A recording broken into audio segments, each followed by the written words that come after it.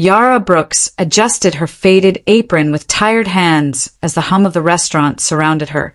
It was nearly midnight, and the scent of grilled meat and roasted coffee clung stubbornly to her uniform. Her feet throbbed from another long shift, but she forced herself to keep moving. Please like and subscribe to my channel for more contents like this. The promise of sleep was the only thing keeping her upright. As she wiped down the counter, her eyes drifted to one of the corner tables where a familiar face sat alone. Evelyn Grant, a regular customer, usually came in with her husband, a man whose loud, joyful laughter used to echo through the cafe. But tonight, Evelyn was alone, her hands trembling slightly as she held a warm cup of tea. Yara approached, masking her exhaustion with a gentle smile. "Evening, Evelyn." "No Mr. Grant tonight?" she asked softly. Evelyn looked up, her eyes red-rimmed and glassy. "He passed away last month," she said, her voice barely more than a whisper. The words hit Yara like a slap. She knelt slightly, placing a hand over Evelyn's. "I'm so sorry. I didn't know." Evelyn nodded, lips curling into a faint smile that didn't reach her eyes. "It's been hard." Yara made sure Evelyn's tea was always full and her meal was warm, hovering in the background without making her feel watched. When Evelyn rose to leave, she hesitated near the register, patting her coat pockets in growing panic. I left my wallet at home," she stammered, her voice tight with shame. "I can come back tomorrow." Yara didn't hesitate. "Don't worry about it. I've got it covered," she said, slipping into the kitchen and pulling crumpled bills from her tip jar to pay Evelyn's bill. It felt like the right thing to do. As the door closed behind Evelyn, Yara felt a wave of sadness mixed with quiet satisfaction. Watching the elderly woman shuffle off into the night alone stirred something deep inside her. She finished cleaning the last of the tables, wiping down surfaces with steady but aching hands. Just as she reached for her coat, Amanda, the restaurant's manager, burst through the kitchen door. Her heels clicked sharply against the tile, and her brows were drawn tightly. "Yara, my office." "Now," Amanda said coldly. Yara's heart sank as she followed her into the cramped office space, still clutching her apron. Amanda shut the door behind them and folded her arms across her chest. "There's a shortage in the register. Care to explain?" Yara's stomach turned. "It's not what it looks like. Evelyn, Mrs. Grant," she forgot her wallet. "I covered her bill from my own tips. I just didn't want to embarrass her." Amanda's eyes narrowed. "You used your own money to pay for a customer's meal without authorization." Her tone was sharp, accusing. Yara nodded. "She's grieving. Her husband just died. I couldn't let her walk home feeling ashamed." Amanda shook her head. "That's not the point. This isn't your personal charity. It's a business, and you broke the rules." Yara tried to plead. "Please, Amanda. I need this job. My mother relies on me. We're barely making it." But Amanda's face remained hard. "You should have thought about that before crossing the line. I have no choice but to let you go. Turn in your apron and clock out." The words sliced through Yara like glass. She stood frozen for a moment, then quietly removed her apron and stepped into the cold night. The ache in her feet was nothing compared to the weight now crushing her chest. Yara walked through the quiet streets, the city lights a blur of orange and white as tears stung her eyes. She pulled her jacket tighter around her and tried to steady her breathing. How would she tell her mother? Mary Brooks depended on every penny Yara earned. The rent was already overdue, and her landlord had started making comments. As she passed shuttered shops and glowing neon signs, laughter from a group of teenagers rang out from a nearby corner. Their carefree joy felt like a cruel contrast to the chaos in her mind. She kept walking until she reached the neighborhood park, a familiar escape. She dropped onto a wooden bench and stared at the empty playground. The swings swayed gently in the breeze, creaking like an old memory. Her shoulders slumped, and for the first time that night, she let herself cry. "What did I do to deserve this?" she whispered into the darkness. Her tears came in waves, each one washing away more of her strength. But eventually even sorrow ran out. Wiping her face with her sleeve, she stood and began the long walk home. Their apartment was small and dim, the hallway light flickering as she climbed the stairs. Inside, her mother sat at the kitchen table, sorting through a pile of unopened bills. Her thinning gray hair was pulled back, and her fingers trembled as she held an envelope. "You're late," Mary said, not looking up. Yara hesitated. "Mom, I lost my job." Mary's head snapped up. Her eyes were sharp with disbelief. Again she snapped. "You always find a way to mess things up." "I was helping someone," Yara said, her voice cracking. "Don't start with excuses," Mary interrupted. "We can't afford this." The words hit harder than the firing. Yara opened her mouth to explain, to tell her mother about Evelyn and the decision that had felt so right in the moment. But Mary's face was a wall of cold disappointment. "You act like we have options," she said, her voice rising. "Like this is a game. We are drowning, Yara, and you keep punching holes in the lifeboat." "I wasn't trying to make things worse," Yara whispered. "I just couldn't let her walk away feeling humiliated." Mary waved her off with a frustrated sigh. "You're always doing things based on feeling. Feelings don't pay bills." The silence that followed was suffocating. Yara finally retreated to her room, the door clicking shut behind her like the end of a chapter. She sat on the edge of her bed, staring at the peeling wallpaper. The weight of failure pressed on her chest until she struggled to breathe. The dim light flickered above her, casting shadows that seemed to move with her despair. Hours passed, and still she couldn't sleep. The echoes of her mother's voice, Amanda's cold words, and her own doubts circled endlessly in her mind.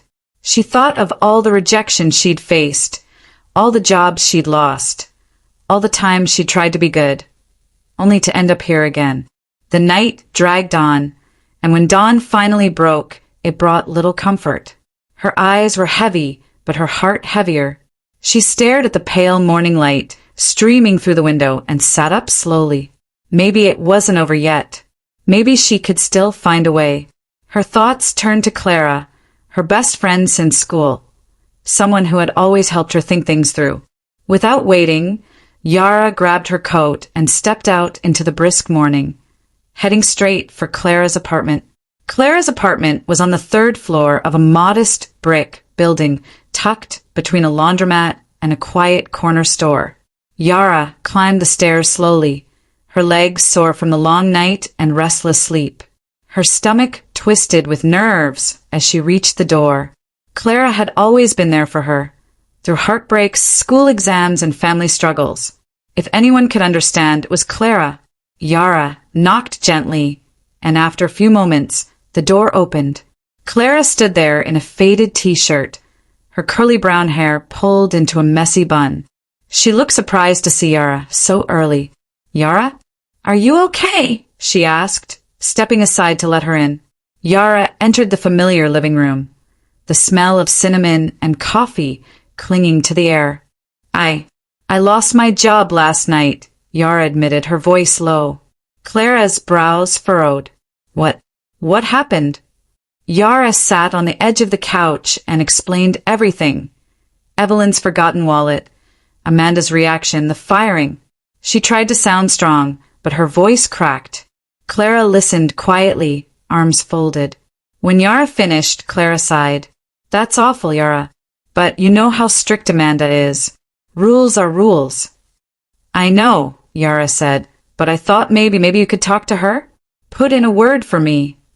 Clara shifted uncomfortably. "I don't think that's a good idea. If I speak up, I might lose my job too." Yara's chest tightened. "Please, Clara, I don't have anyone else to ask." Clara's face hardened slightly. "I'm sorry, Yara. I can't risk it. Maybe you should just look for something else." Yara stood, stunned. "Right. Of course. Thanks anyway." Without another word, She walked out, the sting of Clara's rejection pressing down like a weight she couldn't shake. By the time Yara returned home, the afternoon sun had already begun its slow descent, casting long shadows across the cracked sidewalk. She walked through the door with heavy steps and found her mother sitting at the kitchen table, leafing through a pile of unopened bills. The silence in the room was immediate and thick. Yara sat down across from her, unsure how to begin. "Mom," she said softly, "I need to talk to you." Mary didn't look up. "What is it now?" "I told you I lost my job," Yara began, trying to keep her voice steady. "I thought maybe we could figure out how to get through this together." Mary's hands froze mid-motion. Slowly, she looked up, her eyes sharp and worn. "And what do you expect me to do about it?" Yara flinched, but pressed on. "I don't know. Maybe we can sell something or ask for help." Mary's voice cut in like a knife. "You need to figure this out, Yara. I already raised you. I'm tired of carrying everything." Yara's voice rose despite herself. "I'm not asking you to carry everything. I just thought—" "Don't throw that at me," Mary snapped, slamming her hand on the table. "I've done everything I can for this family, and it's still not enough for you." Yara pushed back from the table, the chair scraping loudly against the floor. "Forget it," she muttered, storming out. Her heart pounded as she stepped outside, desperate for someone, anyone, to believe in her. With nowhere else to turn, she walked toward the edge of the neighborhood, past boarded-up storefronts and empty alleyways, until she stood in front of a faded greenhouse with rusting window bars. It belonged to her Uncle Tom. He wasn't known for kindness, but desperation left no room for pride. Yara hesitated before knocking on the weather-beaten door. Her fingers hovered in the air, doubt gnawing at her resolve. Uncle Tom hadn't seen her in years, not since the last family gathering when he told her she needed to toughen up or get out of the way. Still, she knocked. The door creaked open moments later, revealing a stocky man in his late 50s with deep lines carved into his face and suspicion in his eyes. "What do you want?" he asked gruffly, not moving aside. Yara swallowed her pride. "I need help," she said. "I lost my job. Mom and I are struggling. I was hoping you could maybe lend us some money, just until I get back on my feet." Tom barked a humorless laugh. "You've got some nerve showing up here asking for a handout." "It's not a handout," Yara said quickly. "I'll pay you back. I promise." He leaned on the doorframe, crossing his arms. "Life's not going to hand you anything, kid. Figure it out like the rest of us." Before she could plead again, he shut the door in her face. The sound echoed like a gunshot in the quiet street. Yara stood there a moment, stunned. Then, with shoulders hunched and eyes burning, she turned back toward the apartment. The city lights were just starting to blink on as she walked, but the night felt darker than usual. Inside the apartment, Mary didn't even look up when Yara returned. Yara stepped quietly into her room, the silence crushing. She sat on the edge of her bed, staring at her empty wallet. Everyone she had trusted, Clara, her uncle, even her mother, had turned their backs on her. A dull ache spread through her chest. Was she really that alone?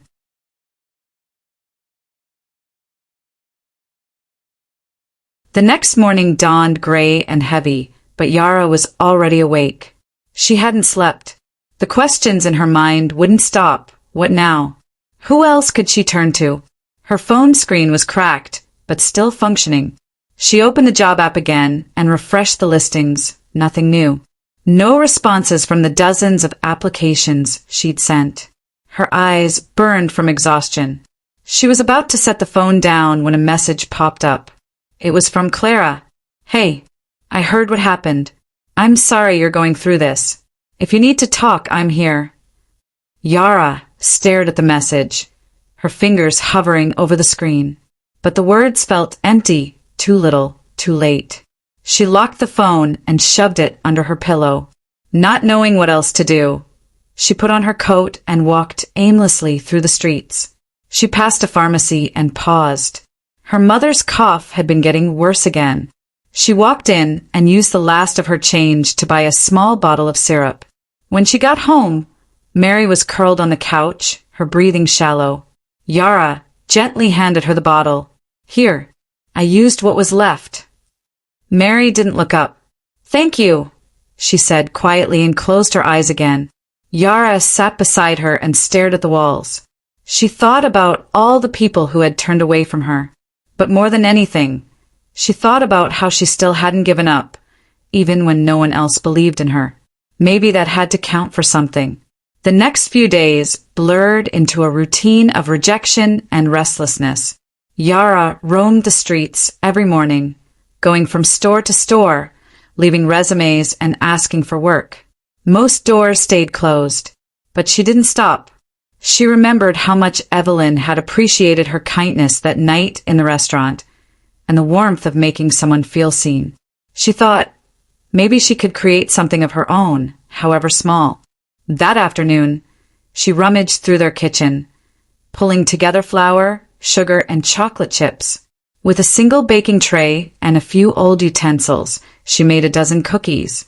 Then she walked to the park, sat on a bench, and offered them to passers-by for a small price. At first, people just stared, but a group of teenagers stopped, tasted one, and bought more. They smiled. One even said, "These are good. You should sell more." The small boost gave her courage. The next day, she baked again, brownies this time, and walked to the local market. She set up near the back corner and started quietly offering her goods. Slowly, curiosity grew. By the third day, she sold out. She used her earnings to buy more ingredients. Yara didn't make much, but for the first time in weeks, she had made it herself. No employer, no pity. Just her own hands, her own work. She went home that night exhausted, but with a full heart. Even Mary, who rarely spoke these days, looked up from the couch and said, "Smells nice." Yara nodded with a small smile. "I'll save you one." But good things she had learned rarely lasted. One evening, as she handed a paper bag to a customer, she caught the cold stare of Mrs. Foster, an old neighbor who lived 2 floors down and always seemed to have something nasty to say. The next morning, the rumors started. Whispers in the hallway, glares at the market. "She's taking money from strange men," someone muttered. "I heard she got fired for stealing," another added. Yara's heart sank. The very neighbors who once smiled now turned away. Orders dried up. She returned home one afternoon to find her mother holding a piece of paper. Mary's hands trembled. "Eviction," she whispered. "We have 1 week." Yara sat beside her, burying her face in her hands. "We have nowhere to go," Mary added, her voice breaking. Yara stared at the floor, trying not to cry.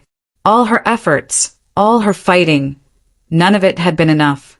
And still, her neighbors saw only what they wanted to believe. That night, a knock came at the door. It was Evelyn. She stepped in, holding a warm casserole dish and a determined look. "I've heard what they're saying," she said, "and I don't believe a word of it." Yara blinked, stunned. "Why are you here?" Evelyn smiled gently. "Because someone needs to speak up for the people no one else will. And because I remember what you did for me when no one else noticed I was hurting."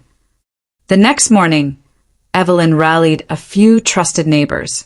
She spoke boldly at the local community meeting, sharing the truth about Yara's kindness, work ethic, and the lies being spread.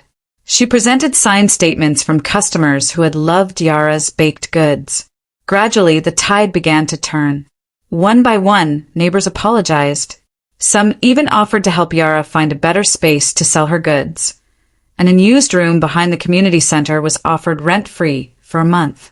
A local baker, Mr. Rowland, impressed by her perseverance, gave her a part-time job and mentorship. With Evelyn's help and the support of a few good people, Yara's life began to shift. She moved herself and Mary into a tiny but clean studio apartment nearby. Her baked goods sold faster than she could make them, and with Mr. Rowland's guidance, she learned new recipes and techniques. One evening, Mary looked at her daughter and said softly, "I was wrong about you, Yara. You didn't fail me. You saved me." Yara took her hand and smiled, tears shining in her eyes. We saved each other. Months later, standing behind the counter of her own modest bakery stand, Yara greeted customers with a quiet confidence. Her past wasn't erased, but it didn't define her anymore. She had endured betrayal, poverty, and humiliation, and still found a way forward. The city lights no longer looked cold. They looked like possibilities, and Yara Brooks, once overlooked and judged, now stood tall, not because others lifted her, but because she had chosen to rise. Like and subscribe to my channel for more contents like this, and let us know where you are watching from under the comment section.